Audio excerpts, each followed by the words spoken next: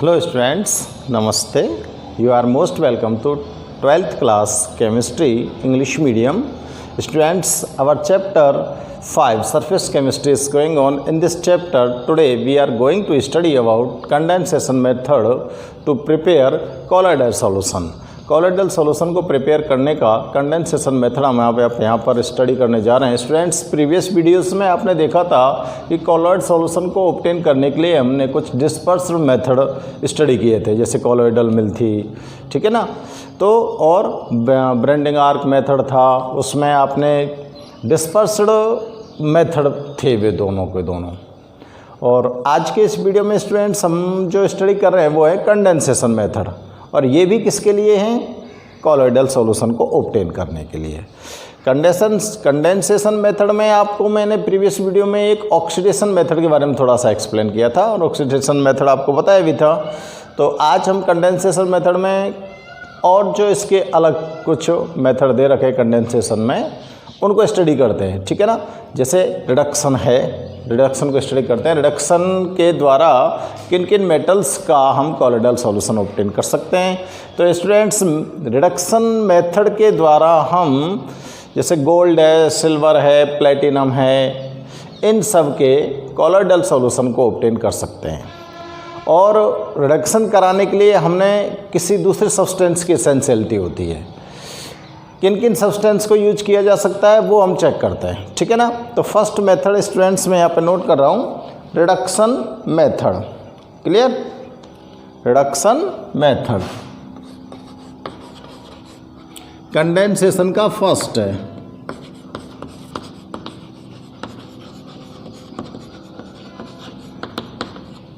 Reduction method students, इसमें ये जो मेथड है, इसमें इसके द्वारा हम किन किन मेटल्स का कॉलोइडल सॉल्यूशन प्रिपेयर कर सकते हैं। तो देखो, this method is used to prepare this method is used to prepare colloids of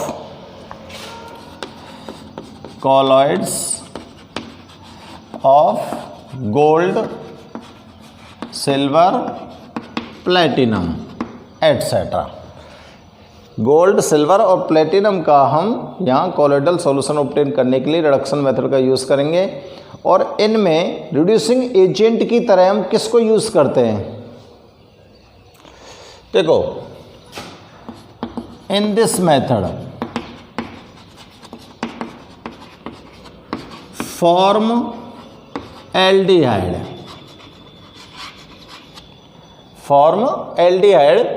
and tannic acid is used as reducing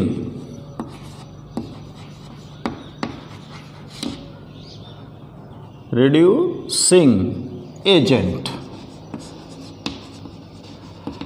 formaldehyde और टैनिक एसिड का यहाँ पर हम क्या करते हैं? रिड्यूसिंग एजेंट की तरह यूज़ करते हैं। जैसे देखो, ऑरम क्लोराइड HCHO, ये क्या है? फॉर्मेल्डिहाइड, ठीक है ना, प्लस H2O। आपको क्या ऑब्टेन करना है? ये ऑरम क्लोराइड है, तो इसमें से आपको गोल्ड का कॉलोइड ऑब्टेन करना है, ठीक है ना। किसका? गोल्ड का। तो देखो स्टूडेंट्स, गोल्ड का कॉलोइड्स आ गया, फॉर्मिक एसिड बचेगा, और क्या रह गया? HCl। तो ये गोल्ड का कॉलोइड हो गया, कॉलोइड्स ऑफ गोल्ड। इस रिएक्शन का यूज़ करेंगे, यानी कि ऑरम क्लोराइड को आप रिड्यूस करेंगे किसकी प्रेजेंस में? फॉर्मेल्डिहाइड की प्रेजेंस में। स्टूडेंट्स, ये है क्या? फॉर्मेल्डिहाइड, ठीक है। रिएक्शन को बैलेंस करके देखो, यहाँ पर 3 हाइड्रोजन को काउंट करो, 2 3 2 और 2 4 उधर है 3, इधर है 4। तो देखो स्टूडेंट्स यहाँ पर मैं 2 लगाता हूँ तो 6, ये 6 हो जाता है 6। और ऑक्सीजन की 2 की आवश्यकता है, या 2 ऑक्सीजन है, यहाँ पर 1 ऑक्सीजन है, 2 ऑक्सीजन हो गया, ठीक है। और सर और चेक करिए, नहीं 2 ऑक्सीजन नहीं सर, यहाँ पर 2 ऑक्सीजन ऑलरेडी है। तो और चेक करिए, कार्बन 1 है और हाइड्रोजन सेटिस्फाइड नहीं है अभी, है ना। तो देखो हाइड्रोजन को सेटिस्फाइड करने के लिए क्या करते हैं हम, इधर यहाँ पर 3 लगाते हैं, यहाँ पे भी 3 लगा देते हैं, यहाँ पे 2 लगा देते हैं और यहाँ भी 3 लगा देते हैं। अब ये बैलेंस्ड इक्वेशन है, ओके। अब देखो दूसरा मेटल लें हम प्लेटिनम क्लोराइड, और प्लेटिनम क्लोराइड का हमको कॉलोइड ऑब्टेन करना है। तो इसके लिए भी स्टूडेंट्स हम फॉर्मेल्डिहाइड का यूज़ करेंगे, और फॉर्मेल्डिहाइड का यूज़ करेंगे और उससे भी हम क्या ऑब्टेन कर लेंगे, प्लेटिनम कॉलोइड्स। क्या ऑब्टेन करेंगे स्टूडेंट्स यहाँ पर, प्लेटिनम कॉलोइड्स। फॉर्मिक एसिड ऑब्टेन हो जाएगा प्लस HCl रिलीज हो जाएगा, ठीक है ना। तो ये प्लेटिनम का कॉलोइड हमको यहाँ पर ऑब्टेन हो जाता है, कॉलोइड्स ऑफ प्लेटिनम। क्लियर है ना। चेक कर लो बैलेंस चेक जरूर कर लेना है हमको।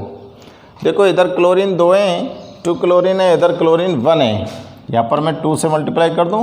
हाइड्रोजन चेक करो 4, ठीक है, अब सही है। अब देखो आपको एक सिल्वर का और कॉलोइड्स आप ऑब्टेन करिए। सिल्वर क्लोराइड यहाँ पर हम टेनिक एसिड ले लेते हैं, मैं डायरेक्ट लिख रहा हूँ, फॉर्मूला थोड़ा सा इसका बड़ा होता है। टेनिक एसिड लिख रहा हूँ डायरेक्ट, और टेनिक एसिड से आप क्या ऑब्टेन कर लेंगे, सिल्वर का कॉलोइड, सिल्वर कॉलोइड्स। तो इस तरह से आप जो रिडक्शन मेथड है, उस रिडक्शन मेथड में कुछ रिड्यूसिंग एजेंट का यूज़ करोगे, और उन रिड्यूसिंग एजेंट का यूज करने के बाद हम कुछ मेटल्स हैं जैसे कि गोल्ड है, सिल्वर है, प्लेटिनम है, उनके कॉलोइडल सॉल्यूशन ऑब्टेन कर सकते हैं, ठीक है ना। यहाँ पर आपको जो गोल्ड का कॉलोइड प्राप्त होगा वो कैसा होगा, वायलेट कलर का। तो देखो एक लाइन में लिख देता हूँ नीचे, the colloid of gold is of violet colour, the colloid of gold is violet colour. ये कुछ छोटी छोटी बातें होती है जो हमको ध्यान में रखनी चाहिए। ये वायलेट कलर का होता है, so it is called Cassius purple, so it is called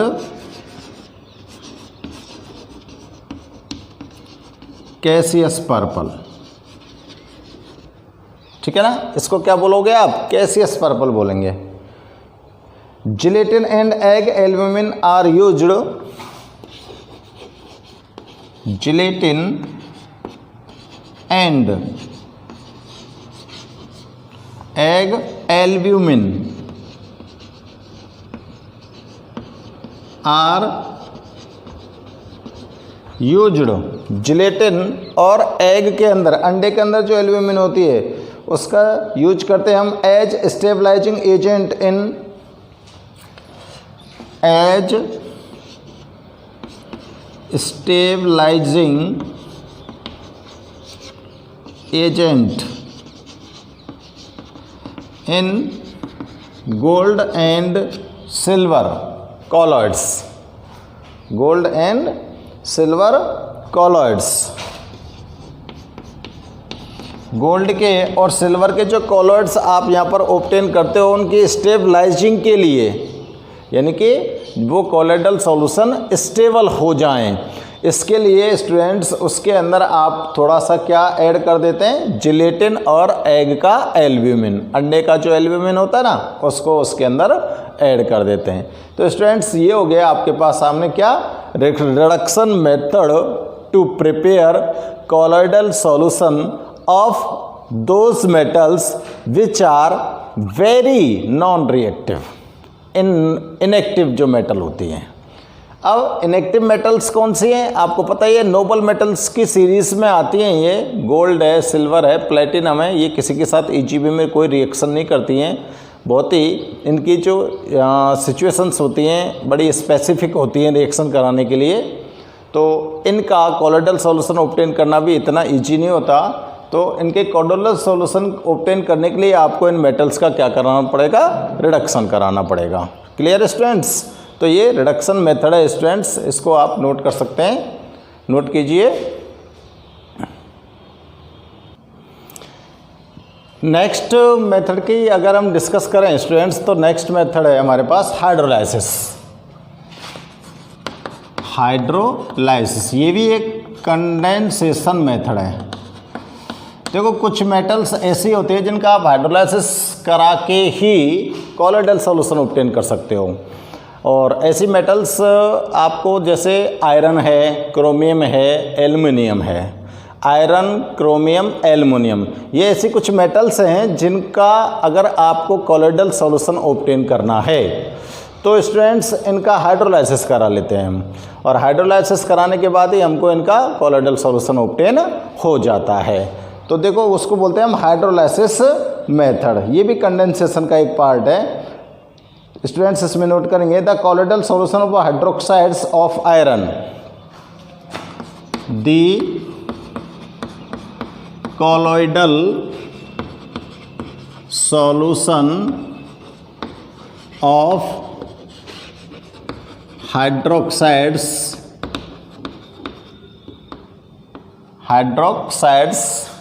the colloidal solution of hydroxides of iron,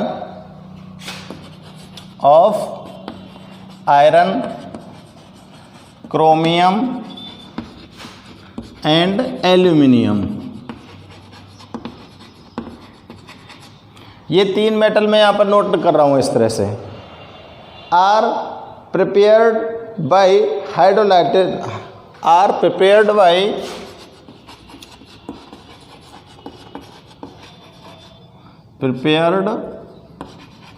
by hydrolysis of their salt,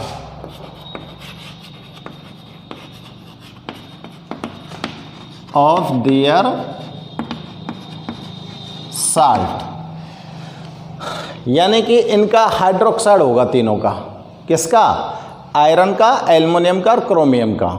इन तीनों के जो हाइड्रोक्साइड हैं, मतलब जो इनके साल्ट होते हैं वो हाइड्रोक्साइड फॉर्म के होते हैं, उनका क्या कराना है हमको? हाइड्रोलाइसिस कराना है। और उस हाइड्रोलाइसिस से हमको क्या ऑब्टेन हो जाना है? यहाँ पर कोलोइडल सॉल्यूशन ऑब्टेन हो जाना है। ठीक है ना? तो देखो आयरन का यानी कि जो कोलोइडल सॉल्यूशन होता है ना इनका, आप ध्यान से सुनो मेरी बात को, इन मेटल्स का जो कोलोइडल सॉल्यूशन आपको जो ऑब्टेन होता है वो एज ए इनके हाइड्रोक्साइड फॉर्म में होता है। ठीक है ना? तो इन सब के आप हाइड्रोक्साइड ऑब्टेन कर लो। किनके? एल्युमिनियम के, आयरन के और क्रोमियम के। इनके जो हाइड्रोक्साइड आप ऑब्टेन करोगे वही सॉल होगा इसका, वही सॉल मतलब कोलोइडल सॉल्यूशन होगा। तो देखो आयरन का ऑब्टेन कर रहे हैं, जैसे हम आयरन का साल्ट ले लिया हमने और इस आयरन के साल्ट का हाइड्रोलाइसिस करा देते हैं स्टूडेंट्स। आयरन के साल्ट का हाइड्रोलाइसिस कराते हैं तो हमको यहाँ पर iron third hydroxide plus HCl ये ऑब्टेन होता है। आयरन थर्ड और हाइड्रोक्साइड ऑब्टेन होता है। ठीक है ना? अब स्टूडेंट्स ये जो आयरन थर्ड का हाइड्रोक्साइड है, the colloidal solution of hydroxides, hydroxide का क्या है? ये कोलोइडल सॉल्यूशन है। तो ये क्या है? Sol of red colour. ये रेड कलर का सॉल आपको ऑब्टेन हो गया। किसका? आयरन का। बैलेंस कर दो इनको। ठीक है ना? तो इस तरह से आप इन तीनों के साल्ट लो और उन साल्टों का हाइड्रोलाइसिस कराओ और यहाँ पर हाइड्रोक्साइड फॉर्म में इनका क्या ऑब्टेन होगा? आपको कोलोइडल सॉल्यूशन ऑब्टेन होगा। क्या ऑब्टेन होगा? Colloidal solution. क्लियर है ना। तो ये रेड कलर का कॉलोइडल सॉल्यूशन आयरन हाइड्रोक्साइड का यहाँ पर हमको ऑब्टेन हुआ है। नेक्स्ट इसमें है मेथड एक और स्टूडेंट्स, उसको भी हम चेक कर लेते हैं। Condensation of vapour, condensation of vapour of a substance, condensation of vapour of a substance into liquid, into liquid.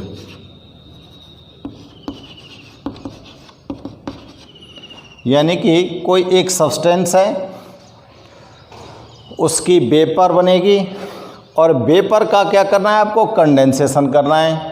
तब कंडेंसेशन करेंगे तो वो किस फॉर्म में आएगा, लिक्विड फॉर्म में आएगा। और जैसे वो लिक्विड फॉर्म में आएगा तो आपको कॉलोइडल सॉल्यूशन ऑब्टेन हो जाएगा। ठीक है ना। तो इसमें नोट करेंगे, colloidal solution is obtained by, colloidal solution is obtained by passing vapors of boiled substance, vapor of boiled substance, boiled substance in liquid, in liquid, liquid. This method can be used to form, this method can be used to form colloids of sulfur, colloids of sulfur and mercury। Sulphur का और mercury का अगर colloidal solution आपको obtain करना है तो students पहले आपको क्या करना पड़ेगा, उस सब्सटेंस को वेपोराइज कीजिए। वेपोराइज करने के बाद उसका कंडेंसेशन कीजिए।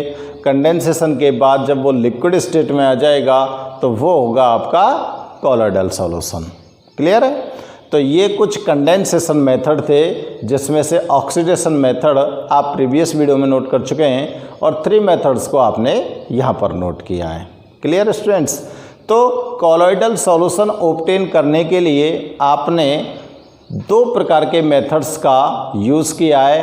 पहला है डिस्पर्स्ड मेथड, दूसरा है कंडेंसेशन मेथड।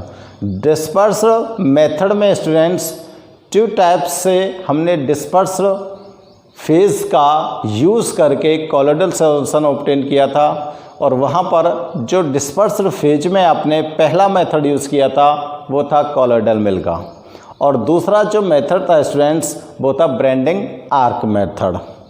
और कंडेंसेशन मेथड में हम 4 टाइप से कॉलोइडल सॉल्यूशन ऑब्टेन कर सकते हैं, जिसमें आपने ऑक्सीडेशन मेथड पढ़ा, रिडक्शन मेथड पढ़ा और हाइड्रोलाइसिस मेथड पढ़ा, और सब्सटेंस की वेपर से वेपर का कंडेंसेशन करके लिक्विड स्टेट में कन्वर्ट कर कॉलोइडल सॉल्यूशन ऑब्टेन करने का सिस्टम आपने यहाँ पर पढ़ा है। ठीक है स्टूडेंट्स। तो ये कॉलोइडल सॉल्यूशन ऑब्टेन करने के आपके पास जो मेथड हैं वो यहाँ पर कंप्लीट होते हैं। ओके स्टूडेंट्स, तो आप इनको यहाँ पर नोट कीजिए फटाफट से। स्टूडेंट्स, जो कॉलोइडल सॉल्यूशन हमने यहाँ पर डिफरेंट मेथड से ऑब्टेन किए हैं, उन कॉलोइडल सॉल्यूशंस के अंदर कुछ इम्प्योरिटीज आ जाती हैं। अब जब कॉलोइडल सॉल्यूशन के अंदर इम्प्योरिटीज़ आई हैं तो इन इम्प्योरिटीज़ से आप कॉलोइडल सॉल्यूशन को किस प्रकार से प्योरीफाई कर सकते हैं। तो प्योरीफाई करने के लिए इन सॉल्यूशंस को कुछ मेथड्स दिए गए हैं। प्योरीफिकेशन के इन मेथड्स को हम अब यहाँ पर डिस्कस कर रहे हैं। तो मैं यहाँ पर आपके लिए हेडिंग डाल रहा हूँ, purification of colloidal solution. Purification of colloidal solution. Colloidal solution जो भी मेथड से आपने यहाँ पर ऑब्टेन किया है, उस कोलोइडल सॉल्यूशन में अगर कोई भी इम्प्योरिटीज प्रेजेंट है तो उस इम्प्योरिटी को आप उस सॉल्यूशन के अंदर से किस प्रकार से रिमूव करेंगे, उनके लिए हम यहाँ पर क्या मेथड्स यूज कर सकते हैं, ये यहाँ पर चेक करने जा रहे हैं स्टूडेंट्स। जिसमें पहला मैं मेथड यूज कर रहा हूँ भैया डायलासिस। डायलासिस, ठीक है, डायलाइसिस। डायलाइसिस मेथड में क्या होता है स्टूडेंट्स कि कोई भी जो कोलोइडल सॉल्यूशन है, आप उस कोलोइडल सॉल्यूशन को एक बैग लीजिए, जैसे ये बैग ले लिया मैंने एक, ठीक है ना, इस तरह का एक बैग ले लिया। और ये बैग है स्टूडेंट्स, मैंने ले लिया सेलोफेन का बैग। इस बैग के अंदर हमने यहाँ पर फिल कर दिया कोलोइड्स या कोलोइडल सॉल्यूशन। क्लियर? अब जब इसके अंदर कोलोइडल सॉल्यूशन हमने फिल कर दिया तो स्टूडेंट्स क्या करूं मैं, इस बैग को एक एपरेटस लूं और उस एपरेटस के अंदर वाटर फिल कर दें। क्या फिल कर दें आप? वाटर। और इस बैग को हमने यहाँ से बांध दिया और इस वाटर के अंदर हमने इसको हैंग कर दिया। मान लेते हैं suppose some crystalloids impurities are present in this colloidal solution, be suppose. तो क्रिस्टलोइड जो इम्प्योरिटीज इस कोलोइडल सॉल्यूशन के अंदर प्रेजेंट हैं, उन क्रिस्टलोइड इम्प्योरिटीज को हम इसमें से रिमूव कर रहे हैं डायलाइसिस मेथड के थ्रू। तो इस मेथड में होता क्या है स्टूडेंट्स कि जो क्रिस्टलोइड की इम्प्योरिटीज इस कोलोइडल सॉल्यूशन में हैं, वो इस सेलोफेन जो बैग लिया है आपने, इस बैग के अंदर से स्लोली रिमूव्ड होंगी, removed from bag to water. क्या? क्रिस्टलाइज्ड इम्प्योरिटीज, ठीक है ना। मेथड समझ में आ गया? बिल्कुल सिंपल सा मेथड है, कोई ज़्यादा बड़ी बात नहीं है। जिस कोलोइडल सॉल्यूशन का हमको क्या करना है, प्योरीफिकेशन करना है, उस कोलोइडल सॉल्यूशन को हम एक सेलोफेन के बैग में फिल कर लेते हैं। ये एक मेम्ब्रेन होता है, मेम्ब्रेन, सेलोफेन एक मेम्ब्रेन होती है स्टूडेंट्स, और ये ऐसी मेम्ब्रेन होती है जिनके अंदर मिनट पोर्स होते हैं, ठीक है ना। मिनट पोर्स होते हैं तो इसमें कौन सी प्रोसेस होती है स्टूडेंट्स, इसमें प्रोसेस कौन सी यूज होती है? इसमें देखो ध्यान करो कौन सी होनी चाहिए, डिफ्यूजन। डिफ्यूजन प्रोसेस के थ्रू इसके अंदर जो क्रिस्टलोइड इम्प्योरिटीज हैं वो स्लोली रिमूव्ड होती हैं और रिमूव होकर बैग से बाहर निकलती हैं और वाटर के अंदर सॉल्युबल हो जाती हैं। और अंदर आपके इस बैग में जो कोलोइडल सॉल्यूशन यहाँ पर रिमेन्स रहेगा वो एकदम प्योर होगा। कैसा होगा स्टूडेंट्स? प्योर होगा। और स्टूडेंट्स इसमें डिफ्यूजन का मतलब समझते हैं ना हम, the process in which the substance removed from higher concentration to lower concentration. तो क्रिस्टलॉइड्स की स्टूडेंट्स इसके अंदर हायर कंसंट्रेशन है और वाटर के अंदर कोई कंसंट्रेशन इनकी नहीं होती। तो स्टूडेंट्स ये हायर कंसंट्रेशन से क्रिस्टलॉइड्स जो इम्प्योरिटीज होती हैं वो रिमूव होकर बैग के थ्रू या डिफ्यूजन प्रोसेस के थ्रू कहाँ जाती हैं, वाटर के अंदर आ जाती हैं। और after some times we put off, यानी कि इस बैग को बाहर आउट निकाल लेते हैं और अब इसके अंदर हम चेक करते हैं तो जो कोलोइडल सॉल्यूशन है वो एकदम प्योर होता है। तो ये होता है डायलिसिस मेथड। क्या होता है स्टूडेंट्स? Dialysis method. ठीक है ना, नोट कर दो इसको। मैं देखो डायलिसिस मेथड को नोट करते हैं। The process of separating the process of separating particles of colloids from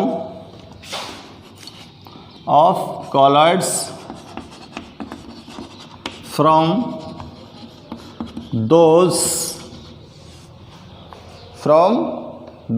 of crystalloids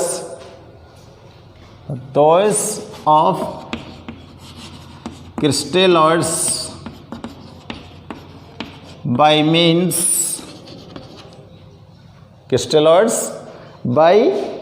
means of diffusion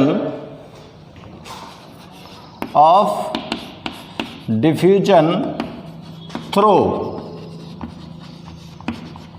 diffusion किसके थ्रू? ए सुइटेबल मेम्ब्रेन,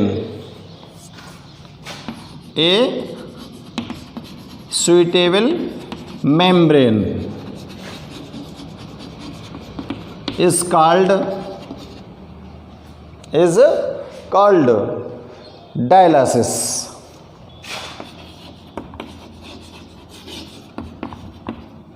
ठीक है ना, ये डायलिसिस की डेफिनेशन दे सकते हैं हम। अब आपको क्या करना है? The colloidal solution taken in A bag, the colloidal solution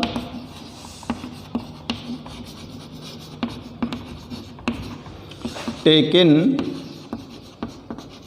A bag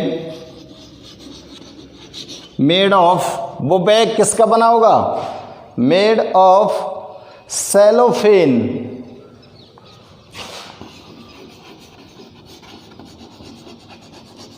made of cellophane. ठीक है ना, ये बहुत ही पतली मेम्ब्रेन होती है। The bag is suspended in water, the bag suspended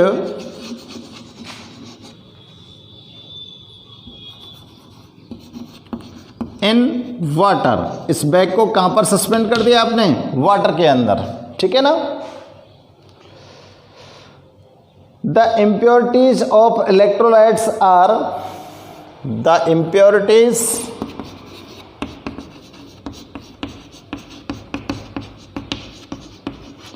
of electrolytes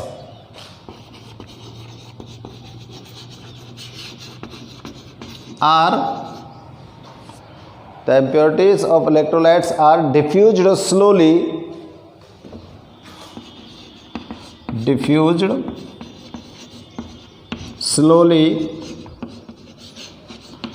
towards outside, धीरे धीरे जो इम्प्योरिटीज होंगी वो बाहर आ जाएंगी। ठीक है ना।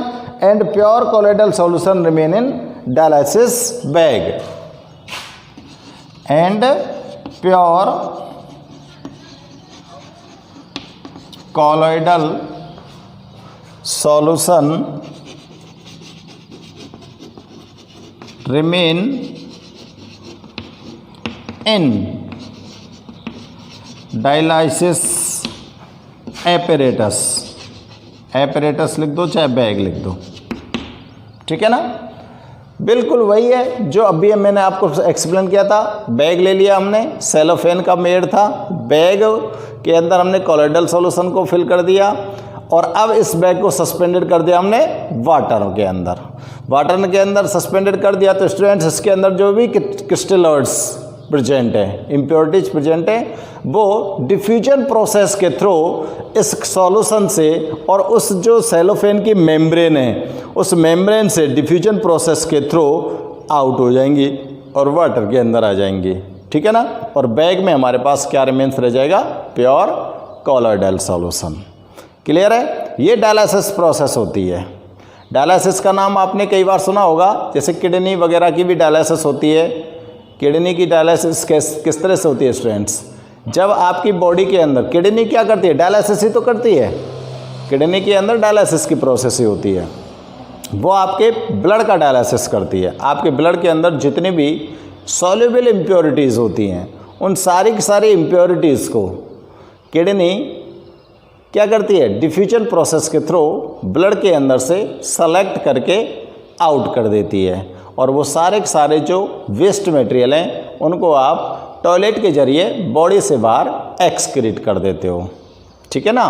तो वो भी डायलिसिस करती है। और जब किसी व्यक्ति की किडनी फेल हो जाती है स्टूडेंट्स, तो हॉस्पिटल के अंदर उस पर्सन का, उस पेशेंट का जो ब्लड होता है उस ब्लड को कंप्लीटली उसकी वेन में एक नीडल लगाकर बाहर निकाला जाता है और बाहर यही प्रोसेस की जाती है और वहाँ पर सारी इम्प्योरिटीज़ को रिमूव करने के बाद ब्लड जो बचता है, जो प्योर ब्लड होता है, उस प्योर ब्लड को फिर से उसकी बॉडी के अंदर एंट्री करा देते हैं। ठीक है ना। तो इस तरह की डायलिसिसिंग प्रोसेस होती है स्टूडेंट्स। तो आप इसको नोट कर सकते हैं स्टूडेंट्स। डायलिसिस प्रोसेस के बाद हम इलेक्ट्रोडायलिसिस की एक प्रोसेस और होती है और उसमें किडनी किस तरह से फंक्शन करती है वो आपको ढंग से समझ आ जाएगी। ठीक है ना। इलेक्ट्रोडायलिसिस प्रोसेस में तो ये प्योरिफिकेशन मेथड किसका? कॉलोइडल सॉल्यूशन का पहला मेथड आपका ये कंप्लीट होता है। ओके स्टूडेंट्स, ठीक है।